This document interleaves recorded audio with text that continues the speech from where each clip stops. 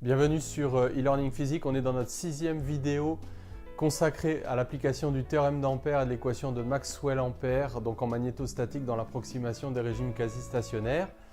Et donc, c'est la deuxième vidéo qui est sur les problèmes à symétrie plane.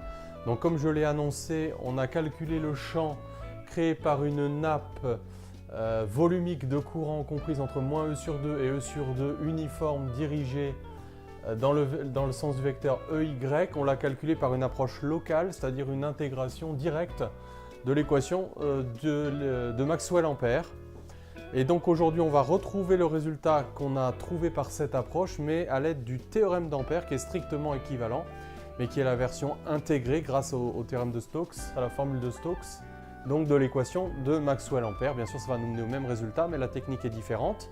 Du moins dans un deuxième temps, parce que je ne vais pas redémontrer que le champ dépend de Z à cause des invariances du courant sur X et Y et est dirigé selon le vecteur X à cause du fait que, à cause des symétries en fait, de la distribution de courant. Donc je te renvoie à la vidéo précédente. On va directement prendre pour acquis ce fait-là et donc directement passer à l'application du théorème d'Ampère.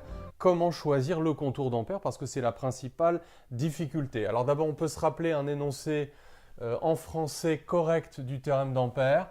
Donc la circulation du champ magnétique sur un contour fermé orienté gamma, c'est mu0 fois les courants enlacés algébriques, donc qui transpercent la surface qui s'appuie sur ce contour, en fait n'importe quelle surface qui s'appuie sur ce contour. On comptera positivement les courants qui transpercent positivement et négativement les courants qui transpercent négativement, sachant que implicitement, en orientant le contour, on a fixé un sens positif à la surface par la règle de la main droite, donc à cette surface qui s'appuie sur le contour. Il faut savoir bien énoncer en français le théorème d'Ampère.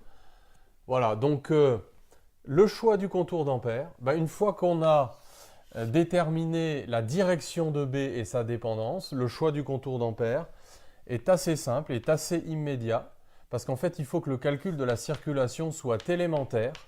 Donc, je refais un dessin en coupe. On va prendre le point M ici.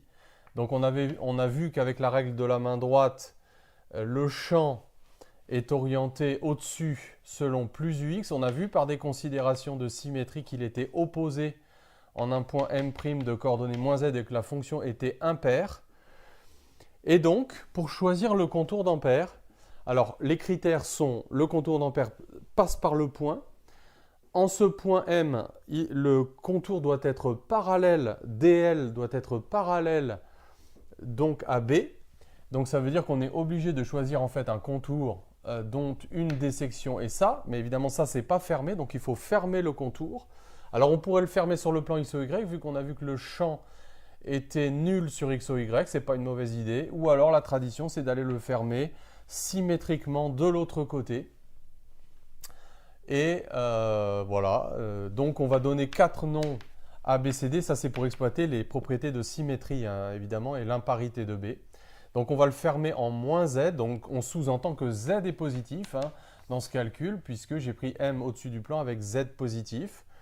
Et je vais orienter le contour. Alors je choisis on peut orienter de façon quelconque, mais on peut aussi peut-être prévoir que les courants qui vont transpercer la surface seront comptés positivement. Ce n'est pas du tout une obligation. Donc cette circulation de BDL sur le contour fermé, on la sépare en 4 contributions. Donc on a des portions de contour pour lesquelles B est parallèle à DL, des portions de contour pour lesquelles B est perpendiculaire à DL. Donc là, ça va être vite vu. Et parce que ça va donner des produits scalaires qui sont nuls. Donc ces deux contributions, non, je barre la mauvaise. Donc ces deux contributions sont nulles parce que B est perpendiculaire à DL. Donc on a fermé le contour avec deux parties verticales, mais le champ est horizontal. Donc ça, c'est pas nul. Donc là, alors j'ai enlevé les ronds, bien sûr, hein, parce que chacune de ces circulations, chacun de ces segments ne constitue pas à lui-même un contour fermé. Donc le rond, on le réserve pour l'union des 4 contours, des 4 morceaux. Donc intégrale de B, donc ça va faire B bar de Z. Donc on va fixer cette longueur-là arbitrairement. elle devrait disparaître dans le calcul à la fin. Donc là, on tourne dans le sens positif sur x, donc on va compter la longueur positivement, plus, alors travail en mesure algébrique, hein, b bar de moins z, mais le dl ici, il est dans le sens négatif des x, donc dans l'intégrale, en fait, on aura moins l. On va voir que bon, ces deux contributions vont s'additionner. Si tu trouves un résultat où ça se compense et où ça s'annule, bon, dis-toi que c'est faux parce que le théorème d'Ampère va te donner accès au calcul du champ. Donc la circulation, en fait, ça fait 2 fois b bar de z fois l avec z positif. Et donc, ça c'est le membre de gauche du théorème d'Ampère. Maintenant, il faut calculer mu0 i enlacé algébrique. Donc là, il y a plusieurs petites questions à se poser. La première, c'est où sont localisés les courants qui transpercent la surface qui s'appuie sur le contour d'Ampère. Donc la surface qui s'appuie sur le contour d'Ampère, elle est là. Donc les courants qui transpercent, eh bien, ils ne sont localisés que là où on a un J qui est non nul, et J est vers le fond. Évidemment, on sait que l'intensité, c'est le flux de J à travers la surface, là où existe du J non nul. Donc ça fait J0, la longueur, fois l'épaisseur, et l'épaisseur, c'est petit e, à condition que Z soit plus grand que E sur 2, hein, c'est-à-dire que le point soit au-dessus. On va refaire un dessin quand Z est à l'intérieur. Donc, premier cas, Z plus grand que E sur 2. On a donc 2b bar de ZL est égal à mu0 J0 LE. Donc, le L se simplifie. Heureusement, c'est nous qui l'avions introduit. Et bien sûr, on retrouve le même résultat que dans la vidéo précédente avec l'approche locale. Donc, on s'aperçoit que finalement, b bar ne dépend pas de Z, mais ça sort du calcul.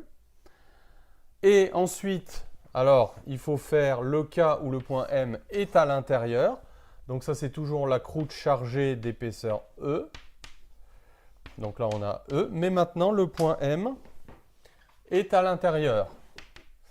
Donc la circulation est la même, les symétries sont la même. Mais donc maintenant, voilà, le contour d'Ampère est totalement immergé dans la zone où existent des courants. Donc ce qui va changer, ce n'est pas la circulation, mais c'est le calcul de l'intensité enlacée. Parce qu'on voit que maintenant, les courants existent, mais que la hauteur à prendre en considération, ici, c'est 2Z et non plus E. Voilà la principale difficulté de l'application de ce théorème. Donc, on voit que I enlacé algébrique vaut J0 fois la surface de ce rectangle, c'est-à-dire L, fois 2Z. Alors, n'oublie pas le 2Z, Z est positif, bien sûr, encore sous-entendu dans ce calcul. Et donc, on aura donc la circulation de b bar de Z fois L est égale à mu0 J0 fois 2 fois Z. Et donc, on peut simplifier par 2. Et donc, on a b bar de Z est égal à mu0 J0 fois Z. Et donc, eh bien, on avait sous-entendu que Z était positif. Donc, on a le profil de b bar pour Z positif, donc entre 0 et E sur 2. On voit que les deux expressions se raccordent par continuité. Donc ça, c'est bon signe. Et puis, comme on sait que la fonction est impaire, eh bien, on peut la prolonger pour les Z négatifs. Et donc, on obtient l'opposé. Évidemment, on retrouve les résultats de la vidéo précédente. Continuité du champ pour une distribution volumique de courant. Donc, la principale difficulté de cet exercice, outre les symétries, les inverses qu'on a déjà vues dans la précédente vidéo, bien sûr, c'est le choix du contour d'Ampère et c'est la distinction des deux cas. Est-ce que je suis à l'intérieur de la distribution de courant?